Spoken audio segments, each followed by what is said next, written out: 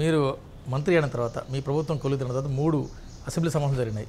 ఎందుకు మొన్నటి అసెంబ్లీ సమావేశాల్లో సీతక్క ప్రధాన సెంటర్ ఫ్యాక్షన్గా ప్రతి ఒక్కరు మిమ్మల్ని టార్గెట్ చేయడం, మిమ్మల్ని ట్రోల్ చేయడం, మీలో మీమ్స్ బట్టి ఇవన్నీ న్యూస్ చేయడం ఎందుకు జరుగుతుంది ఇట్లా? నాకు అదే బాధ అనిపిస్తుంది. మాలాంటి బిడ్డలము కష్టాన్ని తీసుకొచ్చి మేము కష్టపడే మా పనిని మేము వీడియోల రూపంలో లేదా ట్విట్టరో ఫేస్బుక్కో మా వాట్లలో మేము ఇప్పటికి కూడా ఛాలెంజ్ చేస్తున్నాం. ₹1 కూడా ప్రమోషన్ కోసం ట్విట్టర్ కానీ ఫేస్బుక్ కానీ మేము ప్రమోషన్ కోసం చేయాలి, ఛాలెంజ్ చేస్తున్నాం.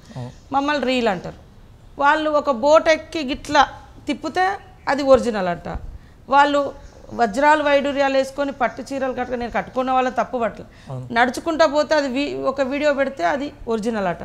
మేము కష్టపడేది మా బురద గురించి చూపించేది, మా రోడ్ల పరిస్థితి చూపించేది, మాకు చేతనైనంత కరోనాప్పుడు కానీ వరదలప్పుడు సహాయం చేసి రీల్ అంట. ఎంత దుర్మార్గమైనటంటే అంటే నాకు అనిపిస్తుంది మాలాంటి అట్టడుగు వర్గాల బిడ్డలు, పేదింటి బిడ్డలు ఏ పని చేసినా ఈ సమాజం మెచ్చుకుంటే కొన్ని వర్గాలు సహించడం లేదు అనేది స్పష్టంగా అర్థమైంది.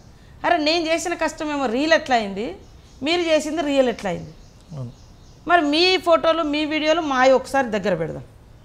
ఇలా ఎవరి దగ్గర చెమటోడుస్తున్నారు, ఎవరి దగ్గర ఫోటో షూట్ అంటే ఒక కౌశిక్ రెడ్డి ఒక కేటీఆర్ అసెంబ్లీ సాక్షిగా సీతక్కను టార్గెట్ చేయడం అదే అంటున్నాం. అంటే మాలాంటి వాళ్ళము అంటే ఊరికి దూరంగా దళితులు, పల్లెలకు దూరంగా ఆదివాసీలు, ఇట్లాంటిది ఒక ఏమంటారు వర్ణ వ్యవస్థ, నిచ్చెన మెట్ల కుల వ్యవస్థ ఉంది కదా. అహంకారం తగ్గడం లేదు కొంతమందికి. మమ్మల్ని చూస్తే మమ్మల్ని మాట్లాడేది స్పీకర్ గారు దళితుడు ఉండకూడదు, ఒక ఆదివాసీ బిడ్డ ప్రశ్నించకూడదు అని మేము చేసిన మంచి పనులను ఎంత దుర్మార్గంగా ట్రోల్ చేస్తారంటే నేను ఇంకేమనట్లే నాశనం అయిపోతారని అంటున్నా. గంతకంటే ఇంకేమనగలుగుతాం? ఆడబిడ్డ శాపము. ఎందుకంటే మేము సిన్సియర్గా పనిచేస్తున్నాం. మేము నమ్మేది ఒక దేవుళ్ళు మా సమ్మక్క సార్లమ్మని నమ్ముతాము. నేను కష్టం వచ్చినా నా దుఃఖం వచ్చినా ఆడికే పోతే అక్కడే చెప్పుకుంటాం. ఇంకా ఆ తల్లిలో చూసుకుంటారని నా ఎలక్షన్ల ముందు నుంచి కూడా నా ఎంట పడ్డారు. ఒక్కొక్కసారి ఏంటిది ఇంత సిన్సియర్గా సేవలు చేసిన ఎందుకు ఈ బాధ అని. మన అసెంబ్లీలో కూడా నా సోదరుడు నా పక్కన పొన్నం ప్రభాకర్ ఉన్నాడు, బీసీ బిడ్డ. ఆయనతోటి మన రాజ్ ఠాకూర్ వచ్చి రామగుండమైన మాట్లాడుతుంటే అత్యంత ఘోరమంగా అసెంబ్లీని అత్యంత దారుణంగా అవమానపరిచే విధంగా నన్ను గలీజ్గా మార్ఫింగ్ చేసి పెట్టారు. అదే అది చాలా జుగుప్సాకరంగా ఉంటాయి అది. ఎందుకంటే ఒక ఎస్టీ బిడ్డ, ఒక ఆదివాసీ బిడ్డ, బీసీ ఎమ్మెల్యేలు, ఎస్సీ స్పీకర్, ఎందుకు అంటే ఈవెన్ మార్ఫింగ్లో ట్రోలింగ్లో స్పీకర్ కూడా వదిలిపెట్టలేదు. స్పీకర్ని కూడా ఎందుకు అంటే ఎస్సీ ఎస్టీ బీసీలు టార్గెట్ అవుతుంది. అదే కాకుండా మేడారం వచ్చినప్పుడు నేను ప్రభాకర్ అన్న ఇద్దరం కలిసి ఒక కారులో వెళ్ళాను. ఆ కారు సునీల్ రెడ్డి మన బాల్కొండ మా క్యాండిడేట్, నా అన్న పొన్నమన్న నా కార్లో పోదాం అక్క అంటే పోయాను. అన్న తెచ్చింది పాపం ఆయన కారు లేక ఆయన కారు అడుక్కొచ్చుకున్నాను. దాన్ని పెట్టి కూడా వచ్చిన నెల రోజులకే ఇగో దాచుకున్నారు ఇగో ఇట్లా 3 కోట్ల కారు తీసుకు.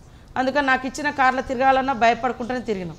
నేను వారం 10 రోజుల తర్వాత లేట్గా తీసుకున్నా. నాకు కూడా పెద్ద కారు ఇచ్చింది గవర్నమెంట్.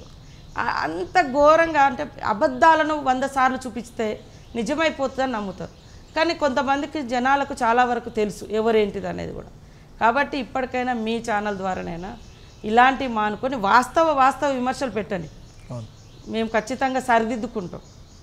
కానీ తప్పుడు చేస్తే ఎప్పటికైనా కూడా తప్పుడు ప్రచారం తప్పుడని తేలిపోతుంది. తప్పుడు మనుషులుగా వాళ్ళు. అంటే మీరు అధికారంలోకి వచ్చి 8 నెలలు కాలేదు, మంత్రిగా బాధ్యతలు స్వీకరించి ఎందుకు టార్గెట్ అవుతున్నారు? CM Revanth Reddy US tour పోతే అదొక రకమైన విమర్శ, లేకుంటే సీతక్క ములుగుపోతే ఇంకో రకమైన విమర్శ.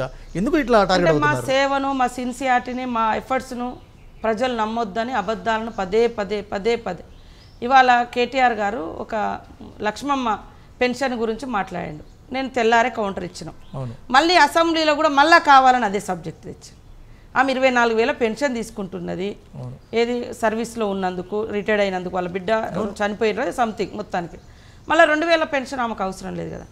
మళ్ళీ నువ్వు అది బయట అసెంబ్లీ కంటే ముందు 15 రోజుల ముందు మాట్లాడితే అది కాదయ్యా గిదే అని చెప్పినావు.